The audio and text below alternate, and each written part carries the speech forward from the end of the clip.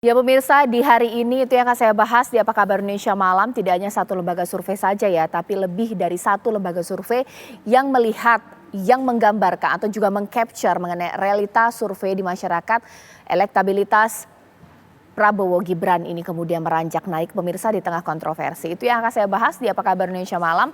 Di studio TV One di sini sudah hadir Mas Nyarwi. Assalamualaikum warahmatullahi wabarakatuh. Mas Nyarwi Ahmad sebagai pengamat politik kita. Ya selain itu Mas Nyarwi, saya juga sudah tersambung dengan dua narasumber kita. Mulai dari Mas Eko Kuntadi, ini dari tim pemenangan Ganjar Mahfud, dan juga Bang Daniel Azhar dari tim pemenangan Prabowo Gibran. Selamat malam, Assalamualaikum semuanya. Selamat malam, Mbak Jaja. Assalamualaikum. Ya, saya ingin pertama kali ingin ke Bang Daniel Azhar, maaf saya ingin ke Mas Eko Kuntadi dulu. Karena tadi saya mengutip apa yang disampaikan oleh survei Poltreking bahwa Prabowo Gibran ini akan terus meranjak naik di tengah kontroversi yang ada. Atau istilahnya kalau semakin diserang justru Prabowo Gibran ini diuntungkan. Nah ini bagaimana dengan tim pemenangan Ganjar Mahfud? Karena masih sempat disinggung-singgung soal kenapa dukung, kenapa pindah, kenapa keluarga Jokowi kemudian bermigrasi kepada berikan dukungan kepada Pak Prabowo. Bolehlah dijawab. Memang kalau kita baca hasil survei kan banyak sekali lembaga-lembaga survei dengan hasil yang output yang jauh berbeda-beda ini. Kita agak bingung, kita mau jadikan pegangan yang mana. Survei Ipsos misalnya berbeda dengan survei Poltreking dan lain-lain. Sehingga pada akhirnya kita cuma menjadikan ini sebagai basis data saja dan kita tidak berpegang pada hasil-hasil survei yang masih berbeda-beda itu. Kecuali kalau trennya mungkin mirip-mirip kita bisa pahami, tapi kalau perbedaannya terlalu jauh kita justru bertanya ini ada apa kok jauh sekali misalnya dengan Ipsos, dengan tadi Poltreking dan lain-lain. Itu yang pertama. Yang kedua, kami membaca kok seolah-olah survei-survei ini mungkin ya yang kemudian menunjukkan angka-angka yang luar biasa seperti dengan pada saat yang bersamaan ada narasi atau dorongan untuk pilpres satu putaran. Ini yang menurut kami akhirnya menjadi hal yang penting untuk dipertanyakan karena berdasarkan hasil survei yang ada yang lain atau data yang kami miliki sendiri, kami berkeyakinan bahwa ini tidak mudah untuk satu putaran. Dibutuhkan kekuatan besar, dibutuhkan suasana atau katakanlah terjadi kejadian besar sekali sehingga kemudian membalikan angka-angka yang memang trennya selama ini sudah berjalan seperti itu.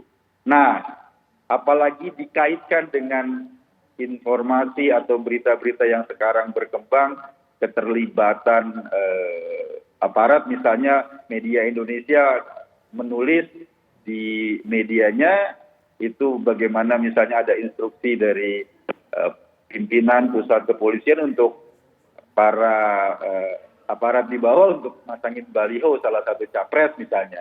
Itu pada akhirnya kita jadi memotret ini apakah hasil-hasil survei ini yang didorong seolah-olah ada skenario untuk satu putaran itu korelatif dengan apa yang terjadi di lapangan misalnya kecurigaan banyak orang, keterlibatan aparat dan lain-lain.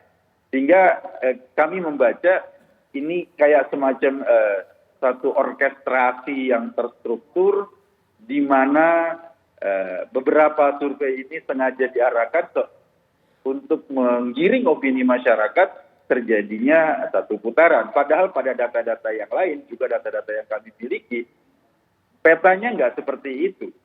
Petanya bahwa masih ada perimbangan suara, bahkan di surveinya Ipsos, Mas Ganjar masih yang lebih tinggi kalau dari 3 calon, itu menunjukkan angka-angka yang jauh berbeda dari survei-survei yang lainnya.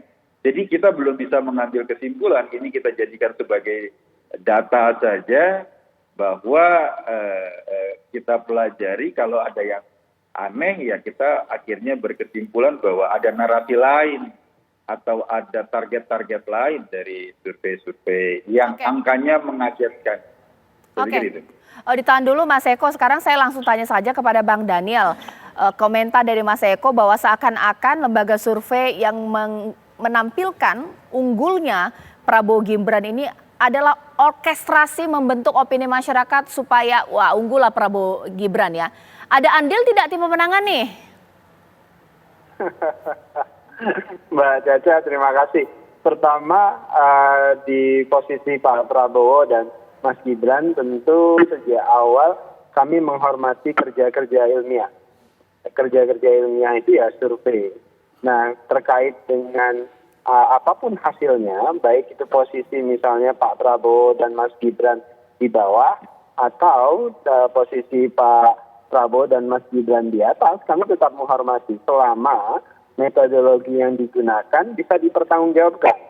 Artinya apa? Ketika pada posisi Pak Prabowo di bawah, itu bisa menjadi bahan evaluasi kami untuk memperbaiki strategi, untuk jadikan itu peta perbaikan dan evaluasi.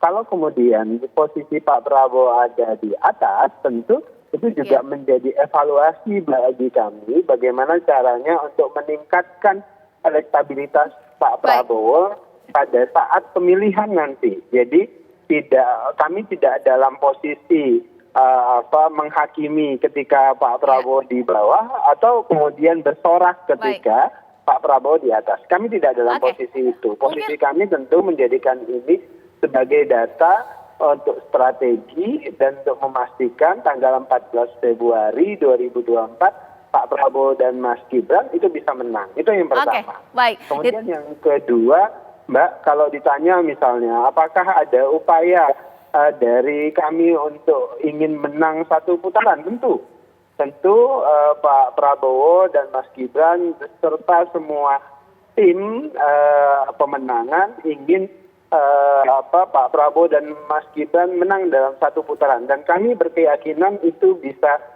dilakukan. Nah, oleh sebab itulah upaya untuk mendapatkan hati rakyat Indonesia itu terus dilakukan oleh Pak Prabowo dan Mas Gibran. Jadi kami tentu berkeyakinan Pak Prabowo dan Mas Gibran ini bisa menang dalam satu putaran, apalagi data-data yang dikumpulkan dan suara-suara di tingkat akar rumput itu terasa. Kenapa? Karena tentu kan kami, Pak Prabowo dan tim, saya misalnya, itu bisa merasakan perbedaan antara 2019 dan 2024. Suasana kemenangannya itu terasa. Kalau kemudian suasana ketertakutan untuk kalah dari pihak lain, saya pikir itu hal yang wajar. Karena memang suasana kemenangan itu ada di pihak Pak Prabowo dan Mas Gibran. Baik, Mas Eko, ini Bang Daniel Azhar menanggapi bukannya evaluasi malah nuduh ada orkestrasi ini. Gimana ini? Boleh tanggapi? Kita tetap ini kita jadikan bahan evaluasi. Tapi kan angka dan data itu bukan cuma dari satu resource, bukan dari satu sumber. Ada angka lain, data lain yang tadi saya sampaikan. Ada survei lain dari lembaga dari Prancis, Ipsos, yang datanya berbeda jauh dengan apa yang disampaikan tadi. Artinya ini tetap kita jadikan bahan untuk evaluasi sebagai sebuah produk ilmiah, tetapi jangan sampai produk ilmiah ini kemudian digunakan untuk menggiring. Itu aja sebetulnya yang menjadi konsentrasi kita. Yang kedua yang juga ingin kita sampaikan bahwa dengan adanya peta survei yang berbeda-beda, angkanya sangat jauh ini, kan kita susah untuk menjadikan ini sebagai satu pegangan. Kalau kita anggap sebagai data saja, kita jadikan bahan perbandingan, oke, tentu akan menjadi evaluasi kami di tim Ganjar Mahfud. Tetapi kita tidak bisa menjustifikasi atau mengambil ini cuma sebagai satu-satunya sampel, karena ada data lain yang berbeda. Baik. Ya, ditahan dulu Mas Eko. Nanti mungkin saya juga mau minta tanggapan kepada Bang Daniel Azhar. Sebenarnya tim pemenangan Prabowo Gibran itu merasa diserang tidak sih lewat media sosial? Atau ketika Prabowo Gibran diserang, apa memang benar akan efektif meningkatkan secara survei elektabilitas? Ada hubungannya? Sesaat lagi di Apa Kabar Indonesia Malam.